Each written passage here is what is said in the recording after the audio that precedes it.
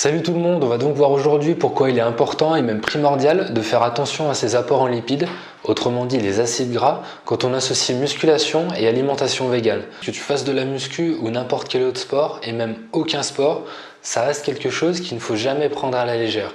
On va déjà voir une définition rapide des lipides, puis pourquoi il faut faire encore plus attention à ses apports en lipides avec une alimentation végétarienne végane qu'avec une alimentation omnivore, et enfin quels sont les aliments à privilégier. Il existe trois familles de lipides, les acides gras polyinsaturés, les acides gras monoinsaturés et les acides gras saturés.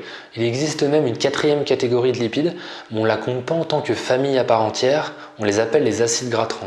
On ne va pas énumérer les rôles de chaque acide gras, c'est pas le but de la vidéo, on va simplement énumérer la plupart des effets positifs d'une consommation optimale de lipides, c'est-à-dire dans de bonnes proportions, dans de bonnes quantités. Donc les acides gras vont jouer un rôle entre autres sur la constitution des membranes cellulaires, sur le bon fonctionnement cérébral et cardiovasculaire, sur le bon fonctionnement du système nerveux et sa constitution, et sur les défenses immunitaires. Au niveau de la musculation plus particulièrement, ce qui va nous intéresser, les lipides vont permettre la synthèse hormonale. Il se trouve que les hormones sont directement impliquées dans les performances et dans la prise de muscle par exemple. On aura aussi une diminution des courbatures. On l'a vu aussi juste avant, les acides gras font partie de la constitution du système nerveux. Sachant que la musculation taxe énormément le système nerveux, les lipides seront directement impliqués dans les performances. Enfin surtout une dernière chose, les lipides, c'est une source d'énergie directe pour le sport. Pour faire simple, quand tu fais ta séance, tu vas consommer prioritairement ton glycogène. Donc ça, le glycogène, c'est l'énergie qui a été créée suite à la consommation de glucides et qui est stockée dans tes muscles. Donc tu vas déjà consommer ce glycogène et ensuite tu vas consommer des lipides. Alors personnellement, je me concentre surtout sur la qualité des apports et j'essaie de ne pas faire d'excès vis-à-vis de la quantité. Après, tu peux bien sûr compter si tu en as envie. Je te conseille surtout de te concentrer sur trois actions principales. La première, ça va être de limiter, voire supprimer si tu le peux, tous les acides gras trans. Donc ça va être les aliments transformés, la junk food de manière générale. Ensuite, la deuxième chose, ça va être de limiter au maximum les acides gras saturés. Tu vas en trouver pas mal dans les aliments, par exemple à base d'huile de palme. Surtout qu'il y a un problème éthique vis-à-vis de l'huile de palme. Après, c'est toi qui vois, mais je t'invite à faire des recherches dessus si tu veux en savoir plus. Et enfin, la dernière chose à faire, ça va être d'avoir une bonne balance oméga 3, oméga 6. Alors pourquoi les lipides sont plus importants avec une alimentation végane qu'avec une alimentation omnivore? La première raison, la plus évidente, c'est tout simplement le fait que l'alimentation omnivore est de nature beaucoup plus riche en lipides que l'alimentation végane. Alors si tu es végétarien, tu en auras aussi dans les œufs et les produits laitiers, aussi énormément du coup dans le fromage. Mais le fromage, je ne te conseille pas de le faire parce que c'est des lipides qui ne sont pas de très bonne qualité. Mais si tu es vegan, tu vas éviter la plupart des aliments les plus riches en lipides, comme la viande, le poisson, les œufs, les produits laitiers. Attention, je ne te parle pas de la qualité des lipides, mais bien de la quantité, c'est-à-dire la quantité de lipides que tu auras pour 100 g de produit. Par exemple, avec le beurre, on est aux alentours de 80 g de lipides pour 100 g. Pour la viande, c'est en moyenne 20 à 25 g de lipides pour 100 g. Il faut savoir qu'un gramme de lipides apporte 9 calories, alors qu'un gramme de glucides ou de protéines apporte 4 calories. On a donc beaucoup plus de calories avec les lipides et donc beaucoup plus d'énergie. Alors bien sûr, il existe des aliments véganes qui sont également très riches en calories, mais ce que je voulais juste dire par là, c'est que de manière générale, l'alimentation omnivore donne beaucoup plus facilement accès aux lipides. Une deuxième raison aussi, c'est que les lipides vont permettre d'augmenter l'assimilation des vitamines liposolubles, les vitamines A, D, E et K.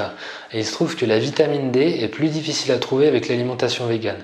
Les lipides vont donc être encore plus importants puisqu'ils vont permettre d'augmenter l'assimilation de la vitamine D. Il y a un autre point important qui permet d'expliquer pourquoi l'alimentation omnivore est plus riche en lipides, c'est vis-à-vis des aliments transformés de la junk food. L'offre en junk food est beaucoup plus importante pour les omnivores que pour les végétariens véganes. Ça se comprend parfaitement puisque la majeure partie de la population est omnivore. On peut voir qu'il y a de plus en plus de junk food végé-vegan, mais ça reste quand même beaucoup plus faible et plus difficile à trouver, selon l'endroit où tu habites. Mais ça, c'est pas plus mal, puisque la plupart du temps, c'est des aliments qui sont riches en mauvaise graisse et qui sont beaucoup moins nutritifs. C'est ce qui nous amène au point suivant, on va s'intéresser non plus à la quantité des lipides, mais maintenant à la qualité. Il se trouve que la plupart des aliments riches en lipides d'origine végane ont un intérêt nutritionnel supérieur aux aliments riches en lipides omnivores. C'est donc un avantage que tu peux exploiter. Moins d'aliments riches en lipides, mais de meilleure qualité. Bon, bien sûr, il existe des aliments à éviter, mais ça, c'est toi qui vois ce que tu mets dans ton assiette. Alors, plutôt que de te donner un tableau avec 40 aliments et être sûr que tu vas en retenir aucun, je préfère te donner quelques aliments qui font partie des plus intéressants. J'essaie de prendre plusieurs critères en compte, comme le rapport qualité-prix, le ratio oméga 3, oméga 6 et le taux d'acides gras saturés. Donc t'étonne pas si tu connais déjà la plupart de ces aliments. Le but, c'est pas de te donner des noms d'aliments exotiques juste pour habiller la vidéo, ça aurait vraiment aucun intérêt. Alors celles que je te recommande pour la cuisson, il y en aura deux, ça va être l'huile d'olive et l'huile de coco. Elles sont bon marché, surtout l'huile d'olive. Quant à l'huile de coco, ce qui est bien, c'est qu'elle contient des TCM, donc c'est des triglycérides à chaîne moyenne, qui sembleraient avoir un effet positif sur la perte de poids. Mais le truc, c'est que l'huile de coco, elle est très riche en acides gras saturés, donc je te conseille quand même de la consommer de manière plutôt occasionnelle. Par contre, je te conseille de tourner vers des huiles si possible vierges et extraites à froid. Le tout étant de ne pas avoir une température de cuisson trop élevée. De toute manière, la cuisson à température très élevée, c'est vraiment à éviter pour conserver le maximum de nutriments dans tes aliments. Alors vis-à-vis des huiles d'assaisonnement, il y en aura deux également, ça va être l'huile de colza et l'huile de lin. L'huile de colza, c'est pour son rapport oméga 3, oméga 6 qui est vraiment très intéressant et son prix qui est pas très cher. Par contre, si tu as plus de budget, je te conseille de tourner vers l'huile de lin. Au niveau du rapport oméga 3, oméga 6, je crois que c'est incomparable. En fait, si je ne me trompe pas, c'est l'huile qui est la plus riche en oméga 3. Du moins, une des plus riches. Après, l'huile de colza reste quand même un très bon choix. Donc pour les huiles concernant la cuisson, on aura l'huile d'olive et l'huile de coco de manière plus occasionnelle. Et pour l'assaisonnement, ce sera l'huile de colza et l'huile de lin si tu as les moyens. Avec ces huiles, tu es sûr d'avoir de bons apports en lipides, mais également un ratio oméga 3, oméga 6 qui est pas trop mal. On va continuer avec les aliments. On va parler de l'avocat. Donc ça, c'est vraiment une source de lipides assez importante et de bonne qualité. Tu peux y aller. Après, les oléagineux aussi qui sont intéressants. De manière générale, tous les oléagineux sont très riches en lipides. Donc c'est top parce que tu n'auras pas besoin d'en manger beaucoup pour faire monter le taux de calories hebdomadaire. Il faudra juste quand même faire gaffe aux quantités, sachant que 100 g d'oléagineux, c'est minimum 500 calories. Ce qui peut être intéressant, c'est de se tourner vers des oléagineux qui sont plutôt riches en oméga 3, comme les noix, les amandes et les noisettes. On a aussi le beurre de cacahuète. Alors ça, c'est la star de l'Anka vegan. Je pense que tu dois connaître si tu es vegan. C'est aussi une bonne source de lipides, mais attention parce que la balance oméga 3, oméga 6 est pas super. Donc c'est à consommer avec modération, sauf bien sûr si tu manges suffisamment d'oméga 3 à côté. Si tu as un peu plus de budget, ce que tu peux faire éventuellement, c'est te tourner vers le beurre d'amande. Il est beaucoup plus équilibré, il est beaucoup plus riche en oméga 3. Enfin, il y a aussi des graines qui vont te permettre d'augmenter tes apports en oméga 3. Donc quand je parle de graines, je veux parler de graines de lin et graines de chia. En fait, ce qui est bien, c'est qu'elles sont assez riches en oméga 3. Donc vis-à-vis des oméga 3, j'en parle pas beaucoup. Si tu veux, éventuellement, je ferai une vidéo un peu plus complète dessus.